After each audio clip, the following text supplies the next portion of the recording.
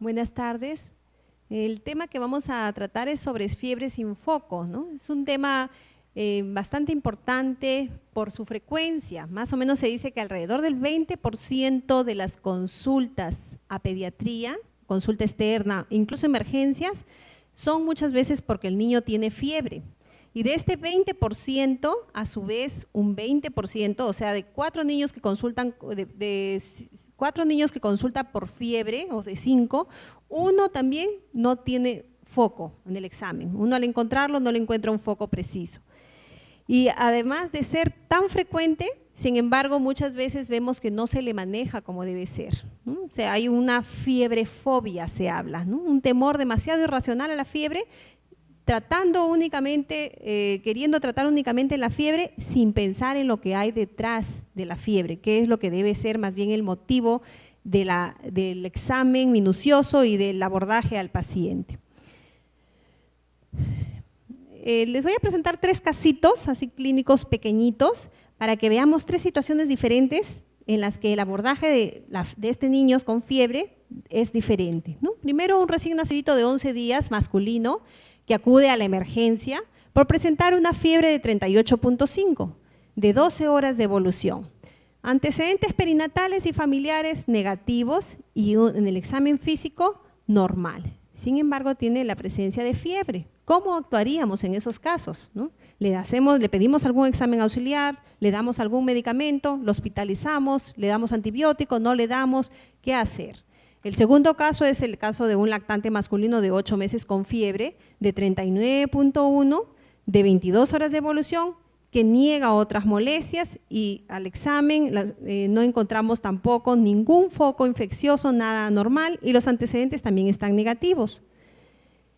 Y el niño otro niño de 2 años y medio con fiebre de 2 días de evolución, que encontramos una temperatura de 39.9, el paciente está taquipneico, taquicárdico, en mal estado general, irregular estado nutricional, mal estado de hidratación, con la boca seca, somnoliento, con llanto intermitente, pálido, incluso acrocianosis, y la facies inexpresiva. Son 3 pacientes de 3 grupos de edades diferentes, que cualquiera de los 3 vemos con fiebre, algunos con casi nada en el examen físico y otros con algo inespecífico. El abordaje de estos pacientes, el enfoque es diferente. Vamos a ver. Entonces se define como fiebre sin foco, fiebre específicamente a la temperatura rectal en el niño superior a 38 grados. Si es que el padre no quiere tomársela en el recto y quiere tomársela en la axila, tendríamos que tener una temperatura más de 38.5 para que digamos que existe fiebre. Y fiebre sin foco es cuando no se descubre el origen de la misma, como su nombre lo dice, ¿no? Después de una historia y una exploración física cuidadosas y que el cuadro clínico tiene una evolución inferior a 72 horas.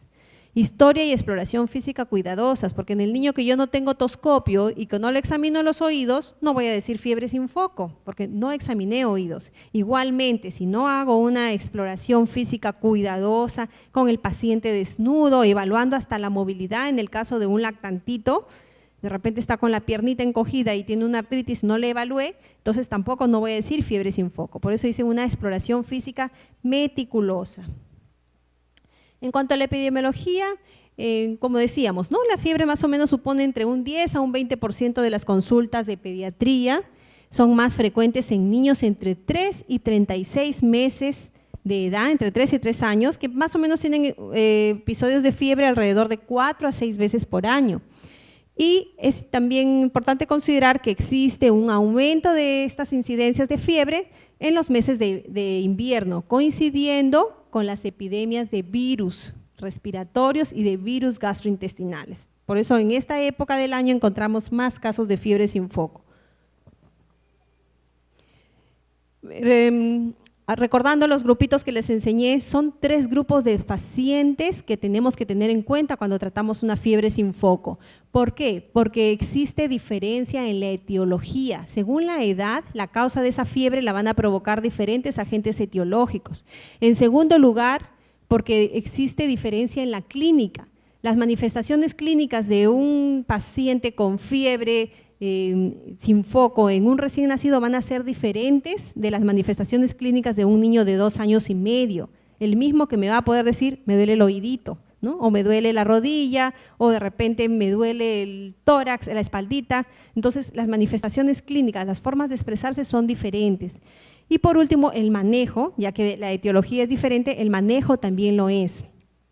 Algo importante que debí mencionar desde el inicio es cuando yo trato a un paciente con fiebre sin foco, lo primero y lo más importante que tengo que hacer es pensar qué paciente de estos que tienen fiebre sin foco no tienen una infección bacteriana grave. O sea, yo lo que tengo que tratar de hacer es descartar qué paciente de los que examino con fiebre pueden estar teniendo una bacteriemia y que todavía de repente por sus pocas horas de evolución, por la edad, no se manifiesta. Entonces, cuando yo trato a estos pacientes, se trata de descartar una bacteriemia. Y el enfoque de los 3 grupos los voy a hacer en neonatos de 0 a 29 días, en menores de 3 meses y luego en lactantes mayores que va desde 3 hasta 3 años. De ahí en adelante, las fiebres sin focos ya son menos evidentes porque el paciente es mucho más evidente que ya venga con un foco establecido, sobre todo de una infección bacteriana. En cuanto a la etiología, la mayoría de las infecciones por fiebre sin foco son virales. La gran mayoría son por virus. Más del 90% de las infecciones son por virus. Ya vamos a ver los porcentajes, pero esto varía de acuerdo con la edad, por supuesto. Tenemos que los virus más frecuentes en estos niños son el herpes virus humano tipo 6, los enterovirus y los adenovirus, así también como los virus respiratorios, ¿no? Influenza, parainfluenza, adenovirus, aunque en los virus respiratorios, bueno, tenemos un poquito la suerte, digamos que cuando nos infectan, las manifestaciones son más específicas, ¿no? Rinorrea, tosecita, entonces es más fácil tener una clínica respectiva. Alrededor de un 2 a un 3%, sin embargo, de los lactantes menores de 3 meses con fiebre van a tener una infección bacteriana. Fíjense, no es un porcentaje muy grande, 2 a 3%, pero este riesgo va a aumentar varias veces, se señala que hasta 4 veces, puede aumentar hasta cerca del 15%, en niños, en neonatitos, en menores de 4 semanas, el riesgo de infección bacteriana es mayor. Y este riesgo más bien disminuye mientras el niño es más grandecito. Así tenemos que es mucho menor de 2% en el niño entre 3 y 36 meses. De ahí en adelante es menos probable todavía una infección bacteriana cuando el niño no manifiesta un foco. Así, en los recién naciditos menor de 15 días puede ser tan alto como 30%. De todas maneras, fíjense, hasta 100%, el resto son infecciones virales. Un recién nacido más de 15 días que no manifiesta foco, un 15% más o menos puede estar enmascarando una bacteriemia. En niños de 1 a 3 meses, del 6 al 10%, 3 a 36 meses, ya más grandecitos, de 2 a 3%, ¿no? Y mayores de 3 años, tampoco como 1%, una infección bacteriana. Cuando ya observamos a estos porcentajes de infecciones bacterianas que son más significativos mientras menor es el niño, tenemos que pensar en los gérmenes de acuerdo a la edad. En los neonatitos, los gérmenes o las bacterias involucradas son el estreptococo del grupo B, fundamentalmente el estreptococo del grupo B, que es el que lo encontramos causando neumonías, causando sepsis, causando meningitis. Este germen es uno de los más importantes, pero también están las enterobacterias con un porcentaje importante.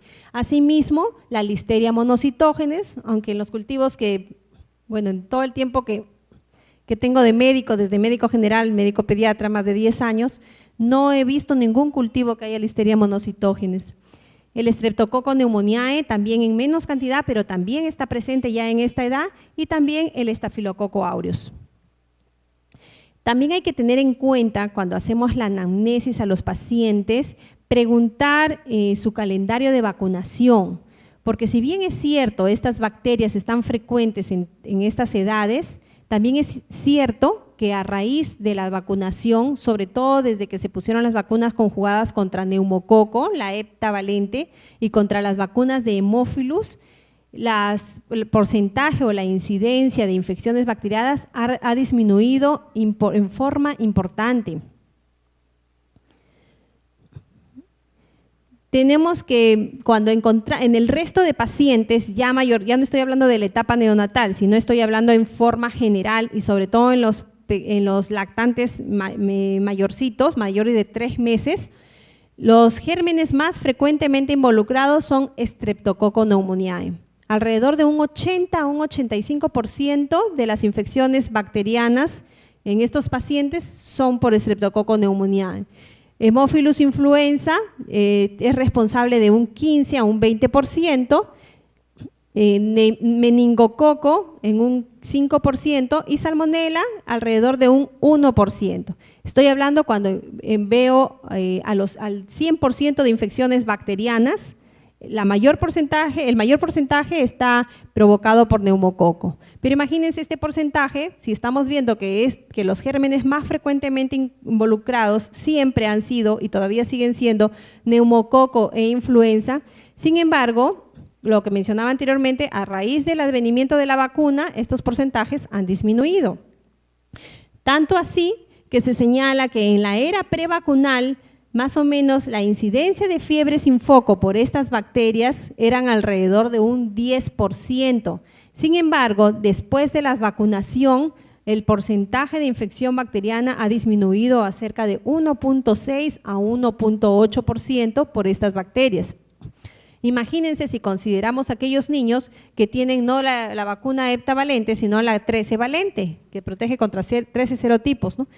E incluso aquellos que están protegidos además contra otros gérmenes, incluyendo la bacteria del meningococo, aunque es particular, ¿no? Pero veríamos que en ellos la incidencia de infección bacteriana sin foco puede reducirse a cerca del 0.5%.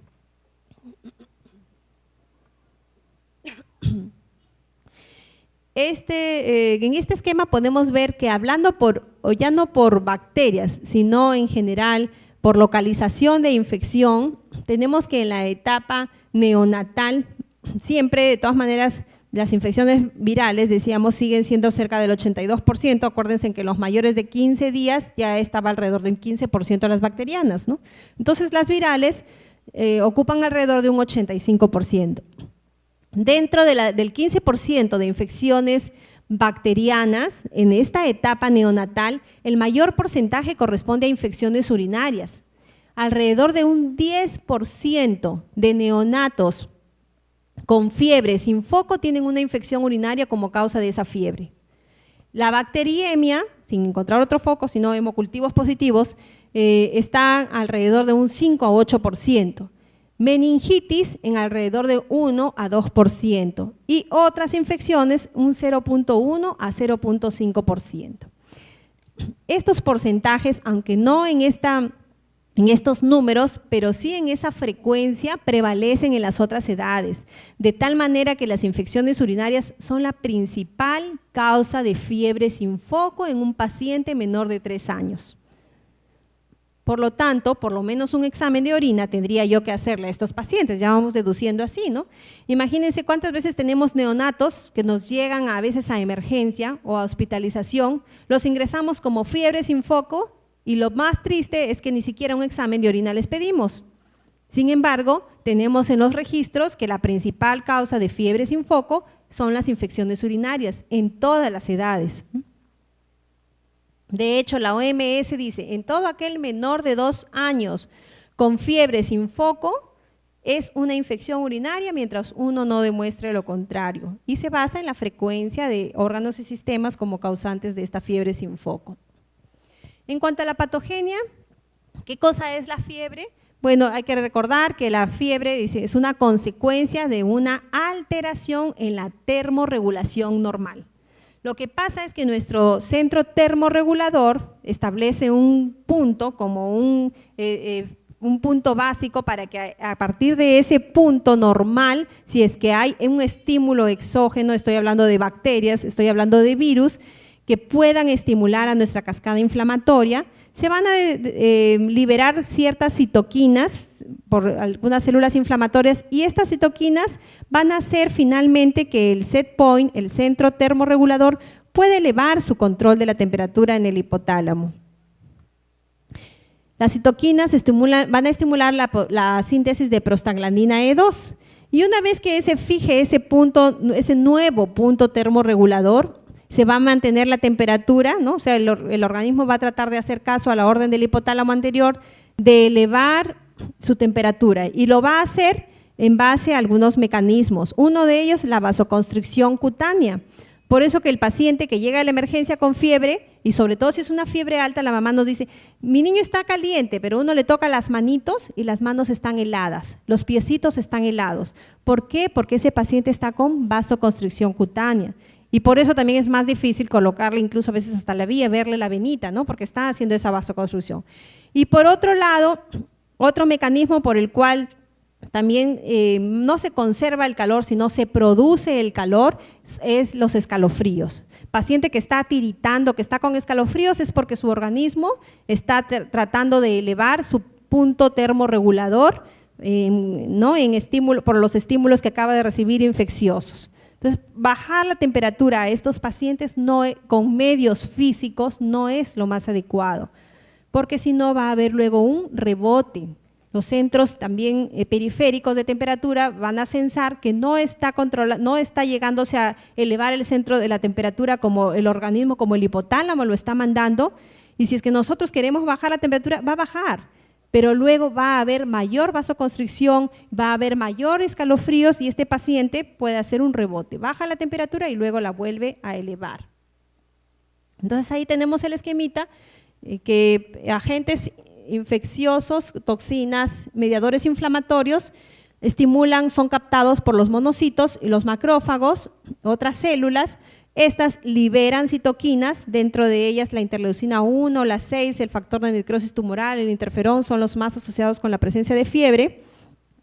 Estos de acá estimulan el hipotálamo y el hipotálamo produce prostaglandinas. Las prostaglandinas son las que elevan el punto de control del centro termorregulador y producen la fiebre a merced de dos mecanismos, ¿no? Una, la conservación de calor con vasoconstricción y otra, la producción de calor con escalofríos. De esta manera, finalmente, se establece lo que es la fiebre. Los antipiréticos, cabe recordar que donde van a actuar va a ser acá, bloqueando la producción de prostaglandinas.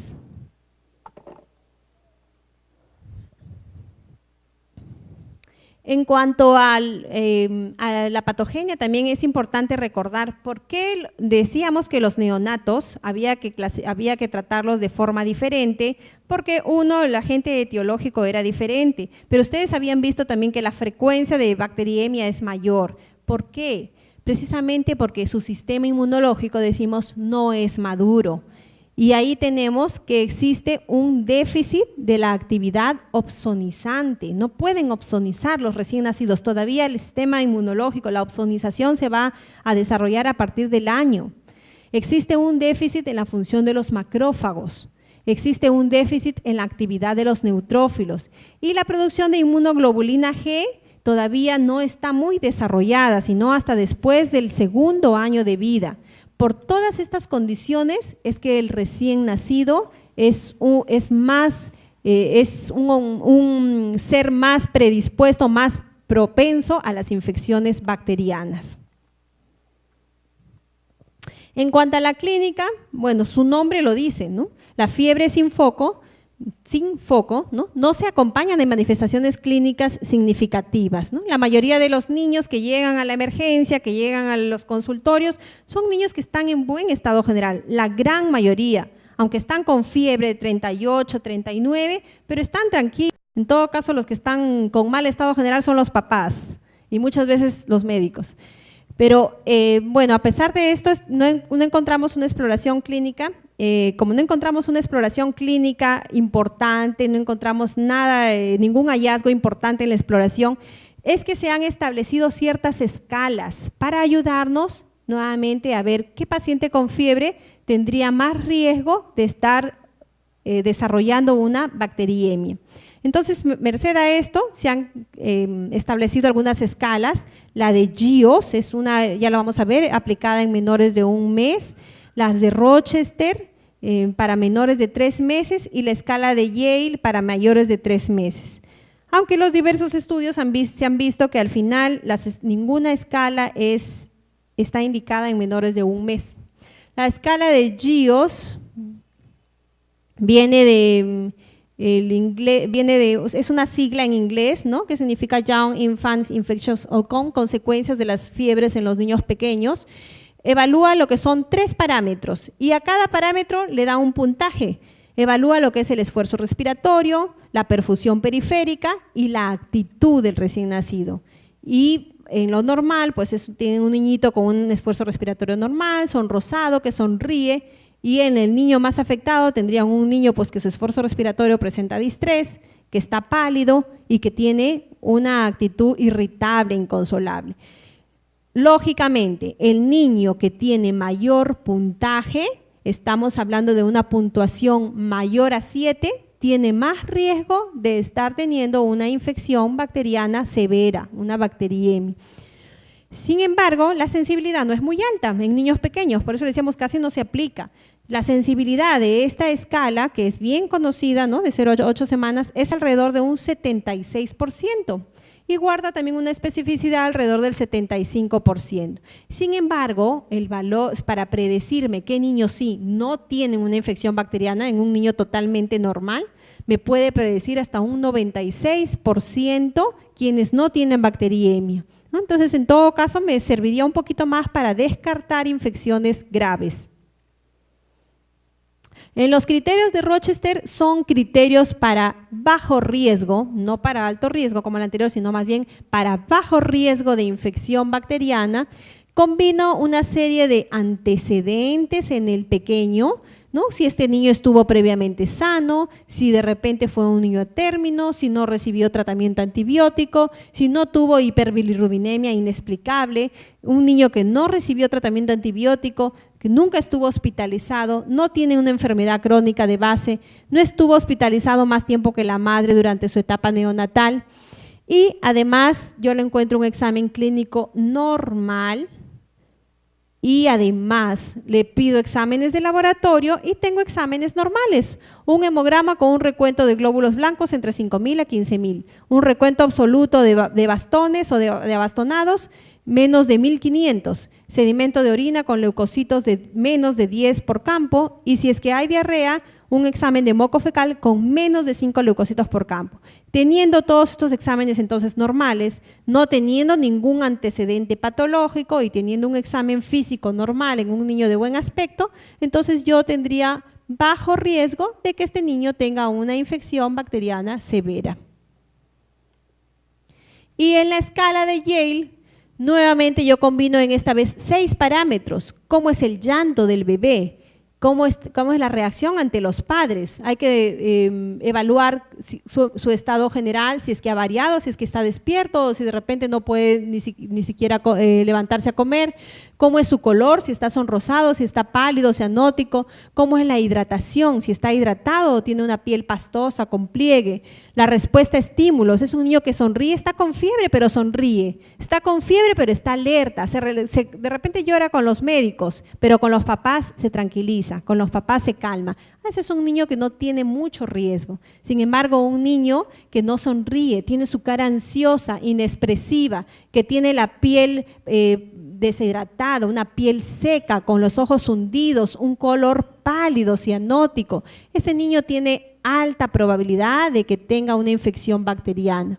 En esta escala se le da un puntaje a cada uno de los parámetros que van desde 1, 3 puntos para la afectación normal y 5 puntos para la afectación grave. Y luego se suman los puntajes y se considera que una puntuación menor o igual a 10 tiene poco riesgo para una infección bacteriana grave y una puntuación mayor a 16 tiene un alto riesgo de enfermedad grave. En cuanto al examen físico, además de las escalas, hay que mencionar que muchas veces es difícil distinguir un proceso viral de uno bacteriano. sobre todo cuando han pasado pocas horas de fiebre. A veces el niño está recién con fiebre y la mamá recién lo lleva al examen físico, a la consulta. Entonces va a ser muy difícil detectar si es que este niño podría ser una infección viral o bacteriana por las pocas horas de evolución.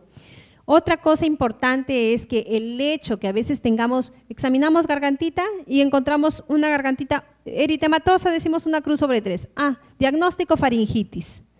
Y de repente se nos está pasando por alto una bacteriemia o una infección urinaria o otra infección más grave. Entonces, el hecho de detectar por ahí en forma aislada, el niño no tiene rinorrea, no tiene tos, no se queja, pero de repente le encontré por ahí la membrana timpánica un poquito enrojecidita o la garganta un poquito enrojecidita y ya hago un diagnóstico. No, si yo encuentro estos signología, no me excluye eso el diagnóstico que este paciente tenga un diagnóstico de fiebre sin foco y que yo deba tratarlo como tal.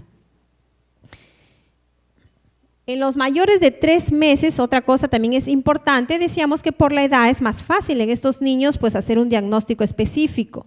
En ellos es más fácil sospechar una meningitis, ya los encontraremos de repente con la fontanelita un poquito tensa, irritables, tal vez hipertónicos, tal vez con rechazo a la alimentación.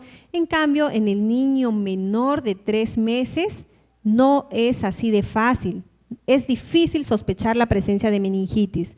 Por lo tanto, ya nosotros iremos deduciendo que en este grupo de edad menor de 3 meses, pues para hacer el diagnóstico de una meningitis no nos va a bastar con la clínica y vamos a tener que necesitar un estudio de líquido cefalorraquídeo. En cuanto al diagnóstico, bueno, yo tendría que tener un cultivo positivo para decir que tengo una infección específica. O sea, el hecho de tener un hemocultivo, un coprocultivo, un urocultivo, un cultivo de líquido cefalorraquídeo o de repente la demostración de un microorganismo con otra técnica, por ejemplo, un hisopado faríngeo, le hago una prueba rápida de inmunofluorescencia y obtengo ahí un examen positivo.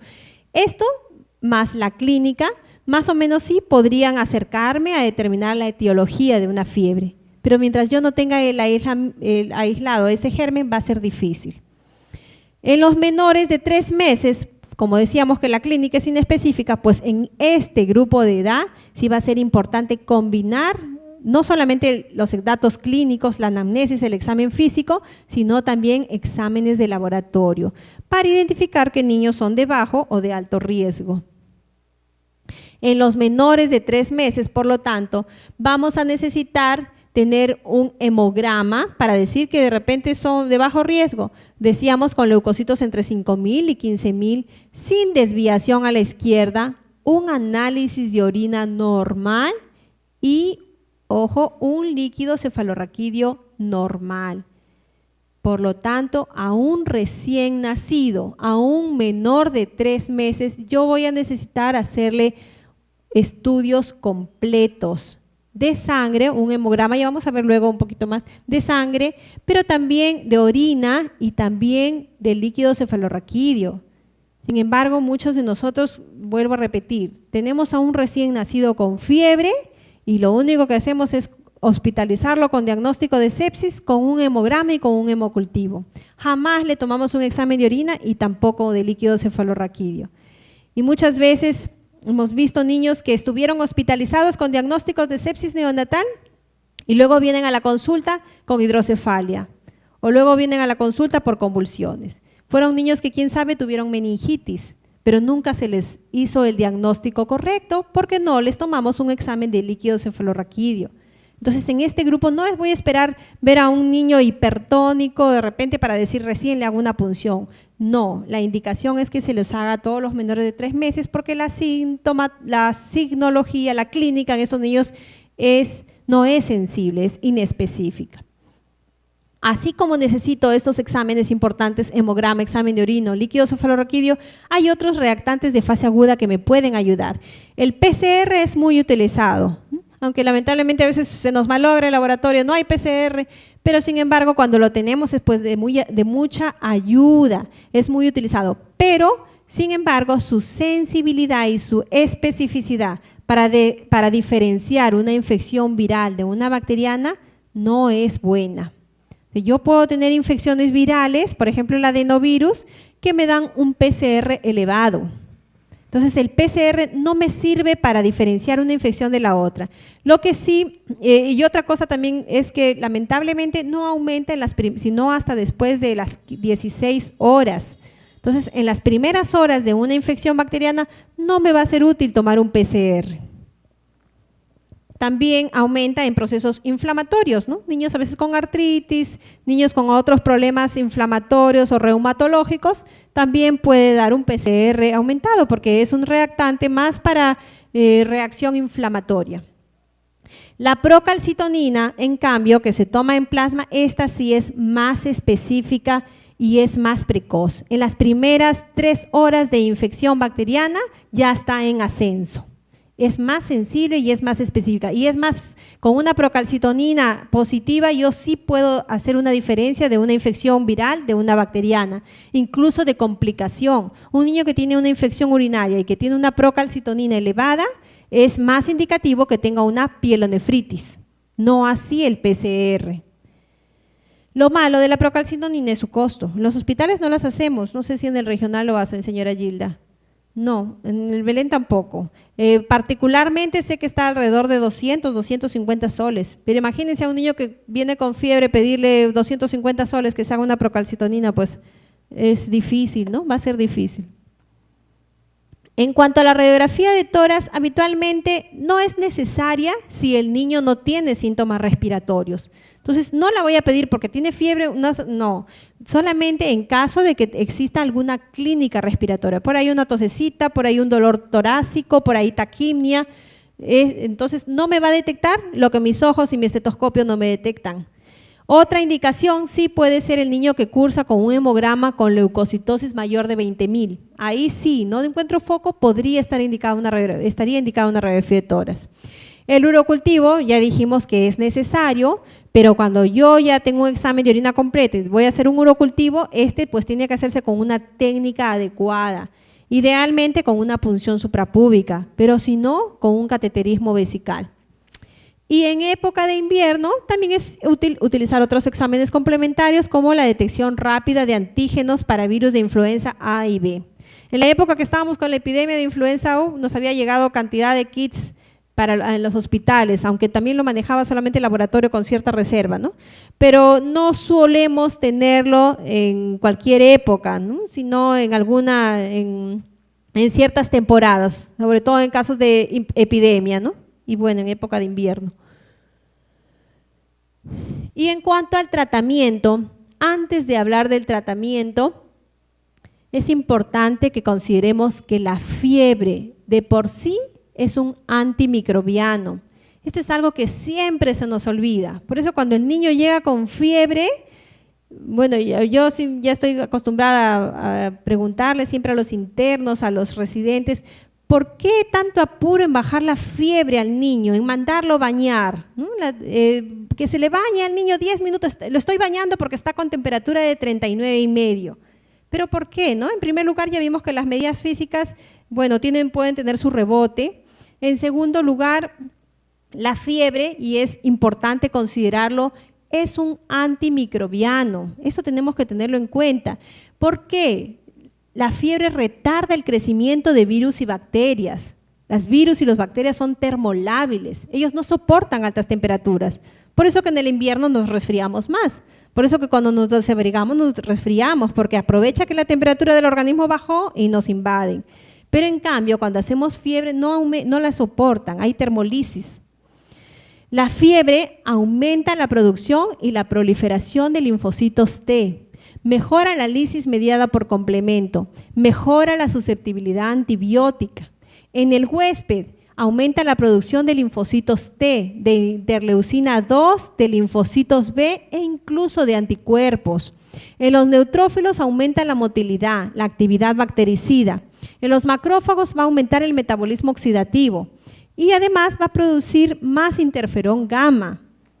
De hecho, actualmente hay terapias oncológicas que consisten en producir fiebre. En los pacientes con cáncer los someten a unas cámaras en las cuales le producen temperaturas de 40 a más, con el propósito de activar su sistema inmunológico.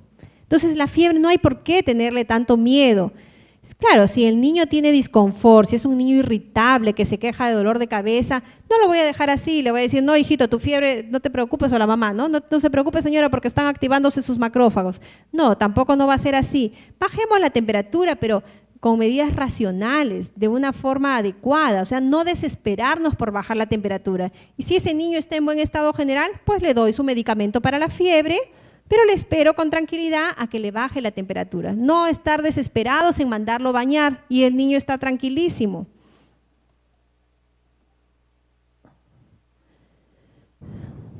¿Cuándo es que tratamos la fiebre? Cuando alivia el disconfort en el paciente, ¿no? Cuando el paciente, decíamos, está con dolor de cabeza, le duele los huesitos, le duele el cuerpo, hay que tratar.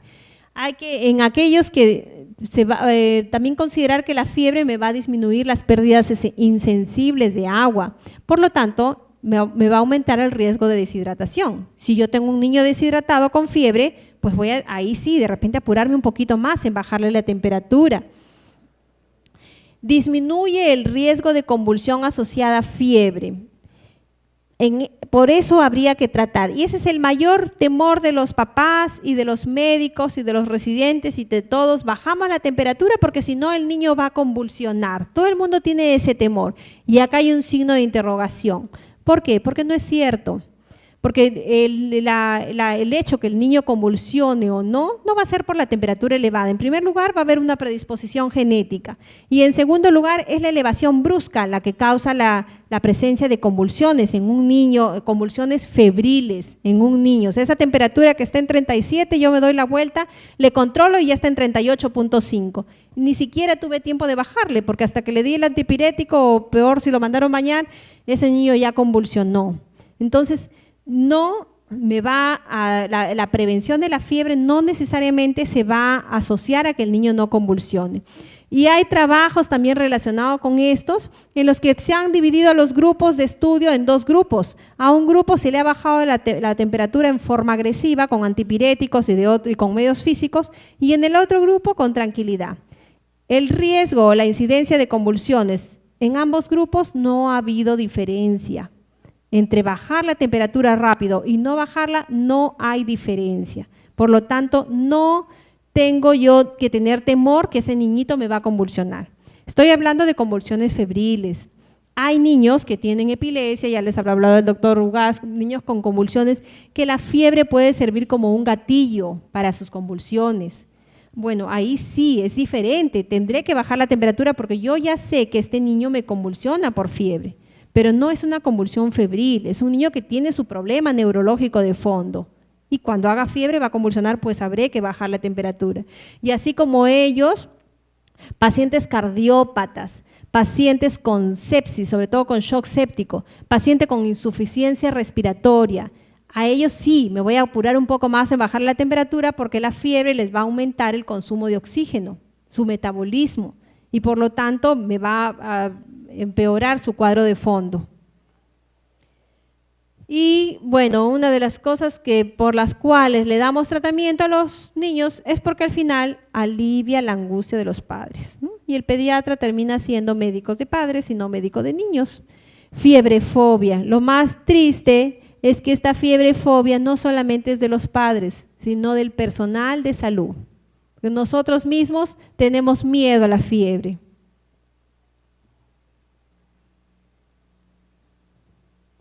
Los antipiréticos que se usan generalmente son el paracetamol y el ibuprofeno. La mayoría de bibliografía nos habla de estos dos, porque la mayoría de bibliografía es norteamericana, porque es europea y ellos no usan el metamizol. Nosotros sí lo usamos, a Dios gracias, no nos provoca anemia plásica, que es la causa por la cual ellos no usan. Entonces, podemos usar paracetamol o ibuprofeno o metamizol. Y fíjense que el paracetamol o ibuprofeno es vía oral y lo indican. Nosotros acá esa es otra cosa mala que vemos, ¿no? Llega con 39 y le damos metamizol intramuscular. No, porque la fiebre está alta. Y en ningún sitio, en ningún reporte, dice que porque el niño tenga fiebre más alta, tengo que ponerle un antipirético intramuscular parenteral o endovenoso, peor todavía. Tranquilamente paracetamol o ibuprofeno. El paracetamol, bueno, no tiene efecto inflamatorio, se absorbe muy bien, alcanzando niveles máximos al cabo de 1 a 2 horas. Esto también es importante para tenerlo en cuenta. Fíjense, a la hora de darle es que hace efecto, porque ese es otro defecto de la emergencia. No, ya le voy a dar reprimán, doctora, porque mi niñito ya le di el paracetamol y no le baja la fiebre. ¿Y hace cuánto que le dimos, que le dieron? Le preguntamos al interno, ¿no? Hace 15 minutos o hace media hora. Entonces, es medicamento, pero tiene su farmacocinética, ¿no? O sea, no vamos a esperar que le baje la temperatura inmediatamente, porque tiene su tiempo de acción, 1 a 2 horas después que yo le doy. Y también su efecto demora poco tiempo, 4 a 6 horas, ¿no? A diferencia del ibuprofeno, que su efecto demora 6 a 8 horas, igual que el metamizol. El metamizol también lo ponemos en este grupo. También dura 6 a 8 horas. Por eso cuando el niño está con paracetamol, la fiebre regresa ahí mismo. La mamá dice, a cada rato le tengo que dar el paracetamol. Con el reprimán, que es el metamizol, con el metamizol no, ¿no? Igual con el ibuprofeno, ¿no? Sin embargo, bueno, puede tener un poquito mayor de efectos adversos, pero no cuando se le emplea por periodos cortos. Las medidas físicas, ya decíamos, deben ser racionales. Es importante más que nada evitar el sobrecalentamiento exógeno. Eso sí funciona, desabrigar al niñito, sacarle la ropita, ¿no? Y en determinadas ocasiones pañitos húmedos o baño templado, ya cuando lo necesite. Ya decíamos, un niño cardiópata, un niño que de repente la fiebre sirve como un gatillo, a ese sí tengo que bajarle rápido, ¿no? Un niño que tiene mucho disconfort, pero tiene que ser con un baño templado, 1 a 2 grados por debajo de la temperatura. O sea, por lo menos 37 grados tiene que tener esa temperatura del agua. ¿Y acaso la medimos? No la medimos, el agua a veces está fría y tiene que ser por 10 a 15 minutos. El tratamiento antibiótico en general no es necesario ni conveniente. ¿Por qué? Porque hemos visto que la mayoría de infecciones, más del 85% en los recién nacidos y más todavía en los más pequeñitos, llega hasta 97%, es viral. Por eso la mayoría de veces no es necesario. La excepción, sí, es el neonatito. Entonces, un repaso breve. En los menores de 28 días que tienen mayor riesgo de infección bacteriana, hemos dicho 15%, hasta 30% si es que son las primeras semanas, los criterios de Rochester no pueden aplicarse a este grupo, no hay mucha sensibilidad ni especificidad. 10% de estos niños con fiebre sin foco es acá, puede ser por infecciones urinarias. ¿Cuál es la recomendación en este grupo? Hacer un estudio completo, cultivo de sangre, orina, de líquido cefalorraquídeo, hospitalizar al recién nacido y darle antibiótico endovenoso hasta recibir los cultivos. Hay otro grupo, hay otra corriente que dice hospitalizar y esperar mis cultivos para ver si le doy antibiótico. De cualquier forma, siempre es hospitalizar y estudio séptico completo. ¿Qué antibióticos le daría? Habíamos visto que los gérmenes más frecuentes estaban estreptococo del grupo B, estaba estafilococo, por ahí, listeria monocitógenes y las enterobacterias. Por eso que, como tengo gérmenes gram positivos y gram negativos, mi cobertura antibiótica tiene que ser amplia, dirigida a estos dos grupos. Una ampicilina, que es específica para listeria, con una cefalosporina de tercera para los otros gérmenes, enterobacterias, o un aminoglucósido. AMPI más cefalosporina o AMPI más aminoglucósido. El estudio de líquido cefalorraquídeo también es importante en los neonatitos. En los niñitos un poco más grandes, menores de 3 meses, todavía estoy con riesgo, pero ya un poquito más grandecitos, acá sí puedo aplicar los criterios de Rochester. Hay otros que son similares, que combinan todos antecedentes con exámenes físicos y con laboratorio. Están los criterios de Boston, Filadelfia, Pittsburgh, y todos están basados en los datos que ya les mencioné. En este grupo, la punción lumbar, a diferencia así del grupo más pequeñito, no está indicada específicamente para todos los niñitos. Acá sí tendría un poquito más de sospecha cuando encuentro una clínica positiva. ¿Por qué no está indicada? Porque acá sí puede haber un sobrediagnóstico de meningitis, ¿no?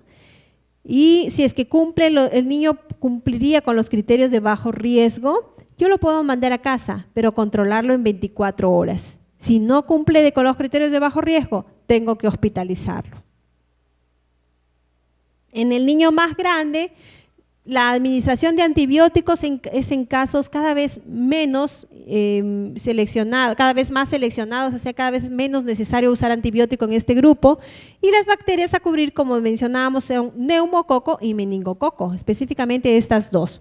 Siempre que se haya descartado una ITU, que también en este grupo es la causa más frecuente de fiebre. ¿Qué antibiótico tendría que darle?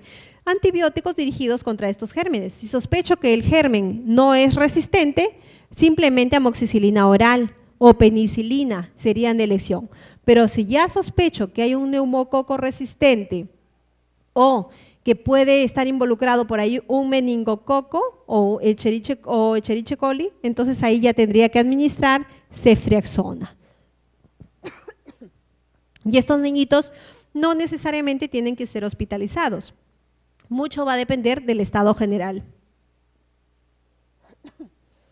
Entonces, ya para terminar, repasando lo que al principio les decía, si tengo un recién nacido de 11 días que acude por fiebre y no encuentro nada positivo ni de los antecedentes ni del examen físico, ¿qué hago?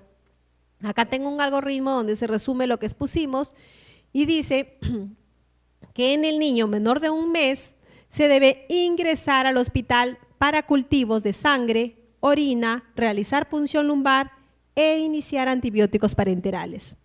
O sea, tendría que hospitalizar a ese recién nacido previa toma de todos sus exámenes. La otra corriente decía que si el riesgo de bacteriemia es bajo, considerar sí la hospitalización y observar sin antibióticos hasta el resultado de los cultivos. En el caso del otro paciente, lactante masculino de 4 meses con fiebre de 39.1, con nada positivo al examen físico que presentamos al inicio, podríamos aplicar los criterios de Yale. Tendríamos un puntaje de 5 puntos, que una puntuación menor o igual a 10 se considera de bajo riesgo de infección bacteriana. En el caso de estos niñitos de 3 a 36 meses, si tienen mal estado general, se los hospitaliza. Si tienen un regulado estado general, le hago exámenes. En el caso de mi niñito con buen estado general, que son la mayoría de niños que nos llegan a la emergencia y a la consulta externa, con fiebre y buen estado general, según este algoritmo, yo tengo que dividir al paciente si tiene una temperatura mayor o menor de 39. Eso es importante. En este grupo de edad, no así en el neonatito, mientras la temperatura es más alta, sobre todo más de 39, se ha correlacionado que hay más riesgo de infección bacteriana. Mientras la temperatura es menos de 39, menos riesgo. Por lo tanto, yo tendría que hacer una división. Entonces, en el niño tenía 39.2, más de 39. Lo primero que tengo que hacer es un examen de orina para descartar que no hay una infección urinaria, que es la causa más frecuente de fiebre sin foco. Si yo encuentro el examen positivo, ya tengo diagnóstico, lo trato como infección urinaria. Si el examen de orina me sale normal, entonces recién pasaría a tomarle otros exámenes reactantes de fase aguda, hemograma, procalcitonina, PCR, un hemocultivo, ¿no? Y dependiendo de los resultados de estos, si son patológicos, tengo un riesgo de bacteriemia. Ese niñito tendría que dársele tratamiento antibiótico. Pero como está en buen estado general, el tratamiento antibiótico puede ser ambulatorio, pero eso sí regresa a control. Si los exámenes me salen normales y tengo un niño con buen estado general, entonces probablemente se trata de una infección viral. Va a su casa con tratamiento antitérmico. Si me sale por ahí un examen mayor de 20.000 los leucocitos o mayor de 10% de bastones, tengo que valorar la presencia de una radiografía de tórax. Eso en el caso de un niño que tenga buen estado general. En el caso de un niño con mal estado general, de frente se le hospitaliza y se le pone antibiótico endovenoso. Y si el niño está en regular estado general, según la escala de Yale o Yale, le hago todos sus exámenes de laboratorio. Ahí sí, no solamente examen de orina, sino hemograma, PCR. Si es que sale el examen positivo, ya tengo diagnóstico, es una ITU. Y si es que los exámenes me salen normales, entonces pueden irse a su casa con tratamiento antitérmico. Si salen anormales, se hospitaliza. En el niño de 2 años y medio con fiebre de 2 días, pero estaba con una temperatura de 39, taquipneico, taquicárdico, mal estado general, con boca seca, deshidratado, somnoliento, con llanto intermitente, acrocianosis y facies inexpresiva. Acá tengo una puntuación de Yale mayor a 16, ¿no? En calidad de llanto tengo 5 puntos, reacción ante los padres, tengo llanto intermitente, por acá tengo 3, variación del estado general, es un niño que no apenas se despierta, color, acrocianosis, tengo 5, 3, 8, 13, 16, acá está deshidratado, 19, ya pasó de 16, tiene alto riesgo de enfermedad grave. Entonces, ese niño con mal estado general y un Yale mayor de 16 ingresa con estudio de sepsis y se le da tratamiento antibiótico. Y ahí sí terminé. Sí, eso fue todo. ¿Alguna pregunta?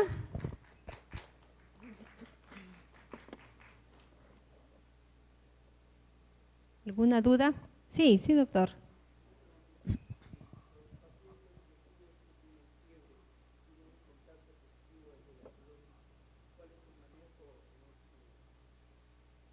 Bueno, en ese paciente ya habría una sospecha importante de foco, ¿no? Ya no sería un paciente con fiebre sin foco, sino por eso decíamos la anamnesis y el examen físico es importantísimo. Tengo que hacer una historia clínica detallada. Si yo tengo una anamnesis que hay un contacto positivo, bueno, va a depender mucho de la fiebre, si es que es aguda o si es que es crónica, ¿no? Pero fiebre sin foco hablábamos de una fiebre menor de 72 horas, o sea, solamente 3 días de evolución. Entonces, en esos casos, si el paciente muestra sintomatología respiratoria, pues tendrá que hacérsele de repente desde un inicio una radiografía de tórax, además de sus hemogramas, reactantes de fase agudo, de repente incluir ya estudios, si es que hay sospecha de tuberculosis, incluir estudios para la sospecha de TB, ¿no? Por ejemplo, BK, si es que por ahí tuviera tos, se le puede hacer en secreción, pero si es que no tiene tos, se le puede hacer un BK en jugo gástrico, se le puede hacer un BK en orina, se le puede hacer un BK en heces. Entonces, dependiendo de mi sospecha, si es que tiene el antecedente nada más y fiebre, un paciente que es niño y que tiene antecedente de TB, ya es un paciente que debe estar captado, ¿no? Simplemente por la tuberculosis, no por la fiebre, sino por la TB, porque todo contacto de paciente con TB pasa control por el pediatra para descartar si no hay una TB o si es que simplemente se queda como contacto recibiendo quimioprofilaxis. Pero si de repente a eso se le agrega una fiebre y yo puedo sospechar de una TB, ya tendría que hacerle un estudio ya para un paciente con TB. Ya no fiebre sin foco, sino con un probable foco. ¿Alguna otra pregunta? ¿No? Bueno, muchas gracias por su atención.